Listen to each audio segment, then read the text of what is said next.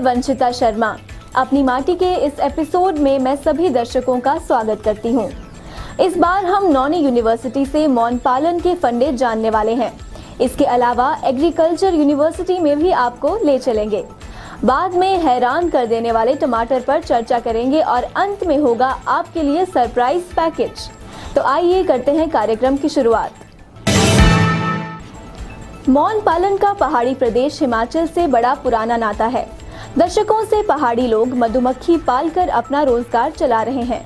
अब कोरोना काल में यह व्यवसाय एक बार फिर लोगों के काम आ रहा है।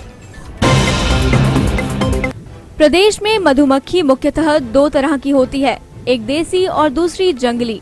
इसके अलावा हिमाचल में मधुमक्खियों की विदेशी किस्में भी हैं। अपनी माटी टीम ने मौन पालन की बारीकियां जानने के लिए नौनी यूनिवर्सिटी का दौरा किया। वहां हमारी सहयोगी मोहिनी सूद ने वहां डॉक्टर हर्ष शर्मा से बात की। डॉक्टर हर्ष ने बताया कि आज हम बात करेंगे मधुमक्खी पालन की। तो मधुमक्खी पालन हमारे लिए कोई नया विषय नहीं है। यह कार्य अगर हम अपने पहाड़ी क्षेत्रों की बात करें तो सदियों से होता आ रहा है और मधुमक्खी पालन एक हमारे घर का हिस्सा रहा है। लेकिन जैसे जैसे समय बदलता है, हर एक जो हमारा कार्य होता है उसकी कुछ संभावनाएं अलग हो जाती हैं। तो उसी के बारे में हम बात करेंगे। तो मधुमक्खी पालन सबसे पहले ये जानना आवश्यक है कि हम मधुमक्खी पालन किन किन प्रजातियों में शुरू कर सकते हैं। मधुमक्खियों की जो हमारे यहाँ पे मुख्य प्रजाति हैं वो एक हम कहते हैं पालने वाली मधुमक्खियाँ हैं और दूसरी कुछ जो जंगलों में रहती हैं। तो जो पालतू हैं वो हमारी एक तो अपनी भारतीय मधुमक्खी, देसी मधुमक्खी जिसको हम एपिस सिराना के नाम से जानते हैं, और दूसरी जो हम बाहर से लाए थे और अपने नगरोटा भगवां हिमाचल में 1962 में जब वो पंजाब में हुआ करता था हमारा, तो उस समय इसको सफलतापूर्वक हम यहाँ पर भारतवर्ष में ला करके स्थापित कर पाए थे। तो इन दोनों मधुमक्खियों को हम पाल सकते हैं।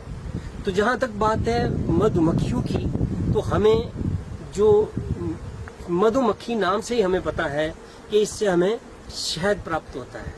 तो शहद तो हम पालतू मधुमक्खी से भी ले सकते हैं और साथ ही साथ जो हमारी जंगली मधुमक्खी हैं जिन्हें हम एपिस डोर्सेटा और एपिस फ्लोरिया के नाम से जानते हैं, उनसे भी एकत्रित कर सकते हैं। इसके साथ साथ ही इन मधुमक्खियों से हमें अन्य पदार्थ भी उपलब्ध होते हैं। उदाहरण के रूप में जो ये पराग अपने भोजन के रूप में लाती हैं, वो भी एक प्रोटीन का उत्तम पदार्थ है। एक जो हमारी विदेशी मधुमक्खी है, ये प्रपोलिस जिसे गोंद कहते हैं, ये अपने जो पोस्ट होते हैं वहाँ पर पॉलिश करने के लिए लाती हैं, लेकिन उसका भी बहुत ही कई तरह की बीमारियों में उसका उपयोग हो सकता है। साथ ही साथ मोम है जिसका कई जो हमारी फैक्ट्रीज हैं, कॉस्मेटिक्स हैं, उसका भी डे टू डे रूटीन में इसका उपयोग में लाया जा सकता है। यहाँ तक कि जो इसका जहर है, उस जहर को भी हम साइंटिफिक तरीके से निकालते हैं, मधुमक्खी को प्रभावित किए बिना। उससे भी कई तरह के उपचार किए जा सकते हैं। तो ये तरही बात इनके जो पदार्थ हैं।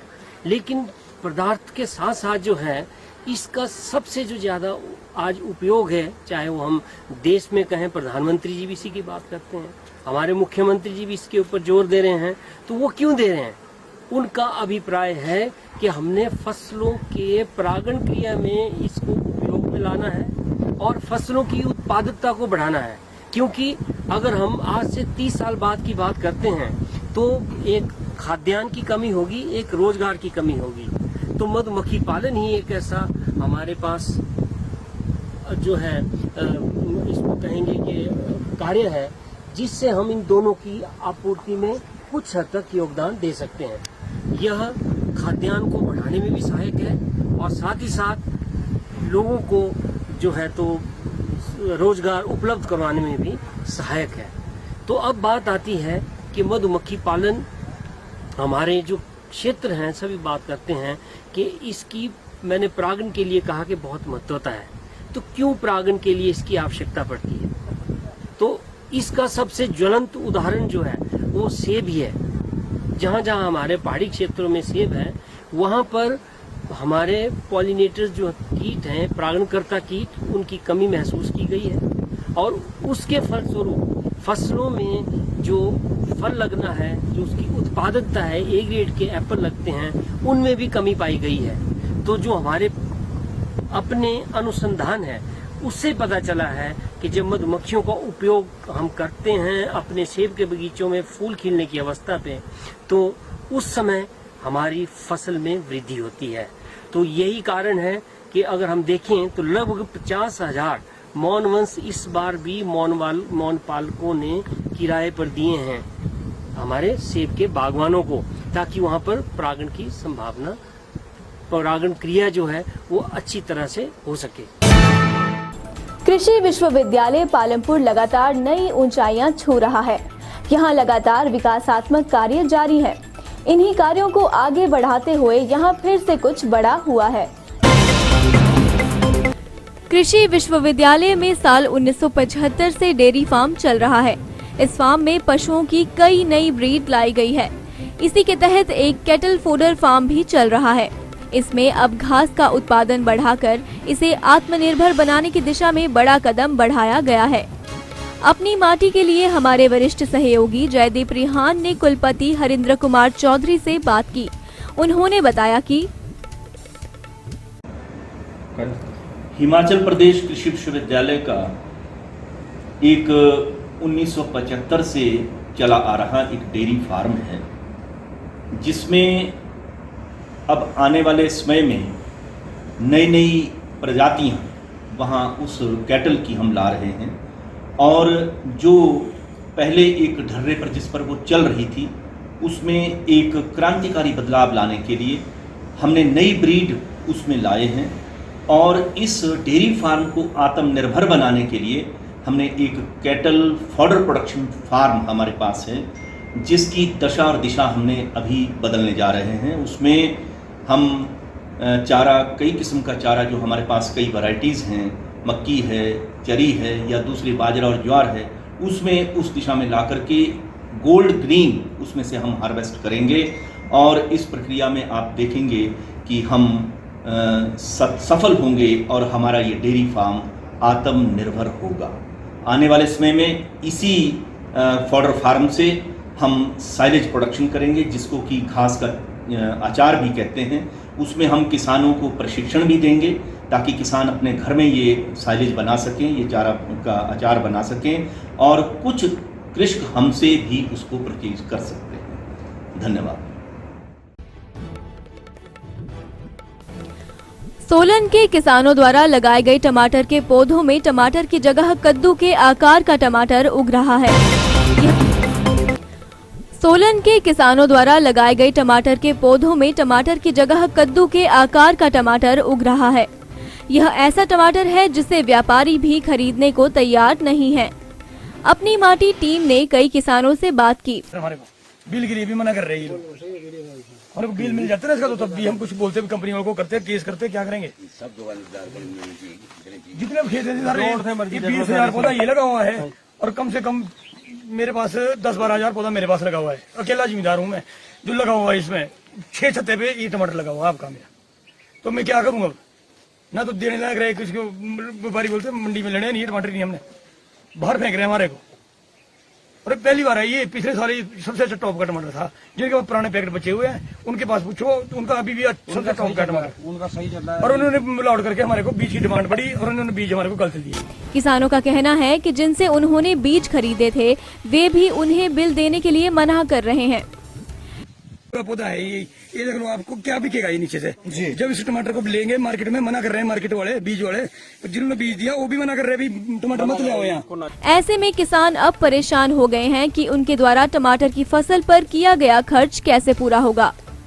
यही नहीं, 400 के रेट में 50 रुपए प्रति क्रेट इस टमाटर को खरीदने के लिए भी व्यापारी तैयार नहीं है। आज 7-8 महीने से इस फसल को तैयार कर रहे हैं सर। आज तो ऐसी कंडीशन होगी भी हम मंडी में नहीं जा सकते। मंडी में क्या शक्ल दिखाएं जाके, वो मना कर रहे हैं मंडी वाले भी टमाटर नहीं लेंगे, जबकि उन्होंने बीज हमें उन्होंने प्रोवाइड किया हुआ है, सारा बीज उन्होंने दिया हुआ है कि कुछ कविता सीड से लाए हुए खरीद के। पर सर ये बीज जब ये बिकेगा नहीं मंडी में तो हम कहाँ जाएं। किसानों ने मांग की है कि उनके द्वारा किए गए खर्च का उन्हें मुआवजा दिया जाए, जिससे वे अपने परिवार का पालन पोषण कर सकें।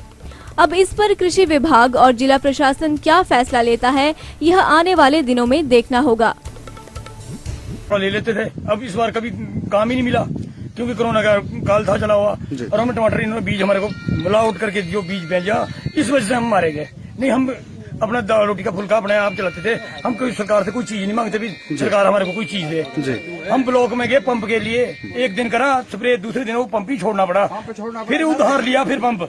आज अभी दिखा सकता हूँ आपको, पंप का रसीद भी लाया हुआ और पंप ले आया सर, उससे स्प्रे करी था, भी थोड़ा बच जाएगा, पर इसमें मिलेगा नहीं, कुछ नहीं सर हमारे को, क्योंकि 6 छत्ते आ चुके हैं, 5 छत्ते और आने हैं इसके ऊपर, जो छत के ऊपर आएंगे वो खत्म है, ये बीज हमारा खत्म। हमने जो 50-50 40 हजार की स्प्रे करी इसमें, वो खत्म है। मेरी कम से कम इस टाइम 12-13 हजार पौधा है मेरे पास लगा हुआ सर, जिससे मेरे रोना आ गया दिल में। घर वाले बोलते भी ये क्या लगा दिया टमाटर, जो मंडी पे भी मना कर रहे लेने को। कांगड़ा जिला का सुलह हल्का लीची के लिए मशहूर है। लीची के इस गढ़ में एक ऐसा दरख्त है जो इन दिनों आकर्षण का केंद्र बना हुआ है। देखिए ये रिपोर्ट। कांगड़ा जिला के सुलह हल्के में लीची का एक पेड़ 150 साल से फल दे रहा है। इस पेड़ की खासियत है कि इसमें ना तो स्प्रे की जाती है और ना ही इसमें रासायनिक खाद डाली जाती है। मौजूदा समय में भी यह दरख्त 8 क्विंटल लीची दे रहा है। इसकी लीची का जहां साइज भी ठीक ठाक है, वहीं स्वाद के तो कहने ही क्या।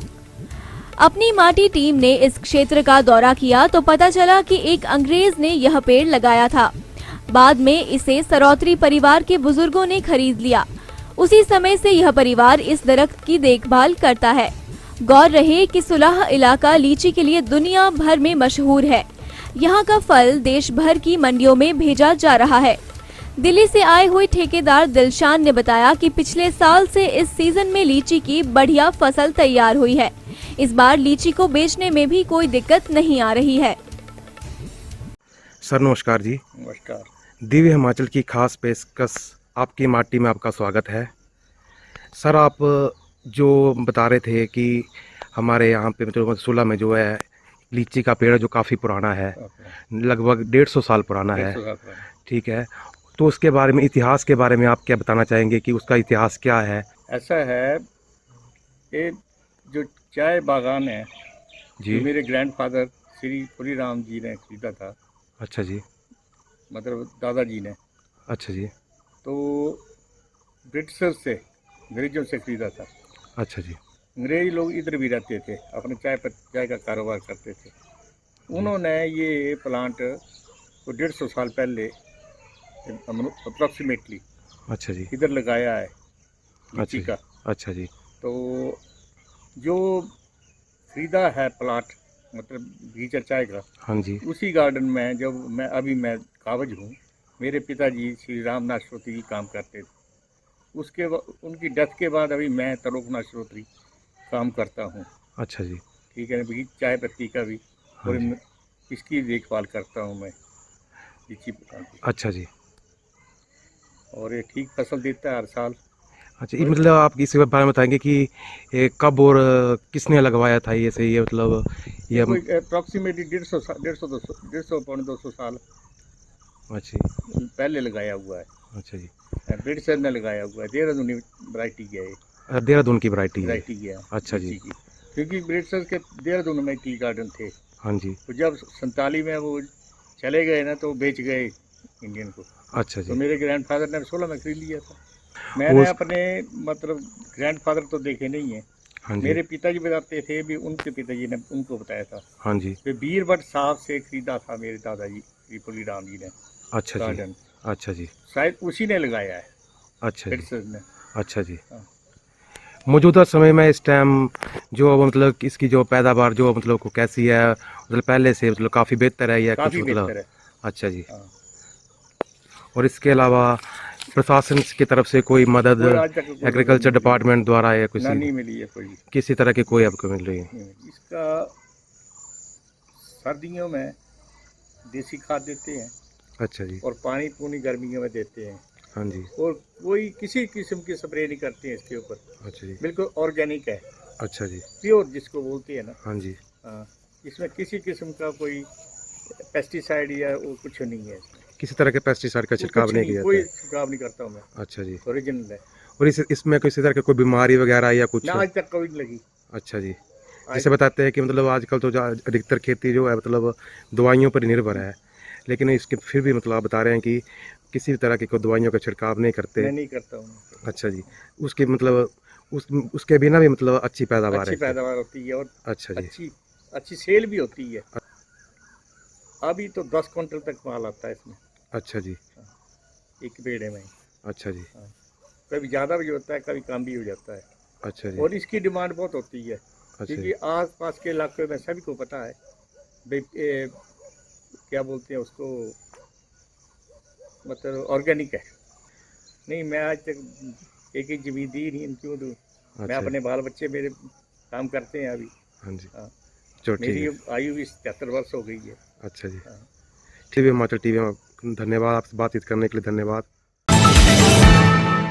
और अब चलते चलते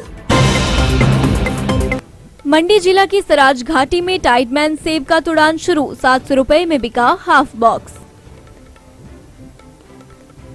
कुल्लू में दियार के किसान उगाएंगे हाइब्रिड माश, ट्रायल खेती के लिए भेजे केवीके ने बीज।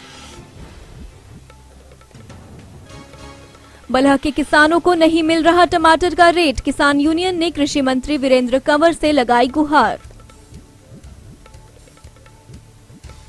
हिमाचल में सेब सीजन पकड़ने लगा रफ्तार, अर्ली वैरायटी संग रॉयल भी उतरा मार्केट में। अपनी माटी में आज के लिए बस इतना ही, फिर मिलेंगे अगले शनिवार को, तब तक मुझे दीजिए इजाजत।